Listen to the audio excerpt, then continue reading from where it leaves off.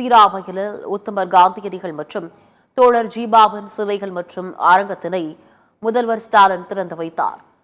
சிவகங்கை மாவட்டத்தில் முதலமைச்சர் மு க ஸ்டாலின் 2 நாள் சுற்றுப்பயணம் மேற்கொண்டுள்ளார். இந்நிலையில் திருப்பத்தூர் அருகே உள்ள சிராவயலில் 3,27,00,000 ரூபாய் செலவில் கட்டப்பட்டுள்ள உத்தமர் காந்தியடிகள் மற்றும் தோழர் ஜீவாவின் சிலைகள் மற்றும் அரங்கத்தினை திறந்து வைத்தார். இந்த திறப்பு விழா நிகழ்ச்சியில் பேசிய அவர், காந்தியடிகள் தோழர் ஜீவாவை இந்தியாவின் சொத்து என புகழாரம் சூட்டினார் என்று தெரிவித்துள்ளார். மகாத்மா காந்தி அவர்கள் இந்த பகுதிக்கு வந்தபோது நம்முடைய தோழர் ஜீவா அவர்கள் மகாத்மா காந்தி அவர்களுக்காக ஒரு ஆசிரமத்தை கட்டி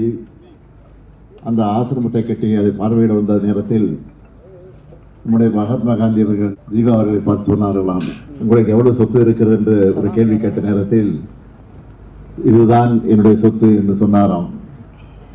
உடனே மகாத்மா காந்தி சொன்னார்களாம், இல்லை இல்லை, இந்தியாவே உங்களுடைய சொத்து என்று சொல்லி அது வரலாற்றிலே பதிவாகி இருக்கிறது.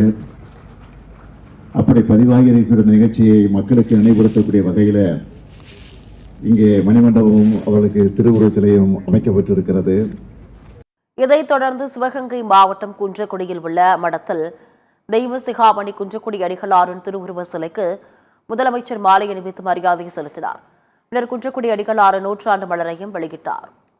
பின்னர் காரைக்குடியில் தமிழ் வளர்ச்சித் துறையின் சார்பில் 50 லட்சம் ரூபாய் மதிப்பில் கட்டப்பட்டுள்ள வீரகவி குடியரசனாரின் சிலையை திறந்து வைத்தார்.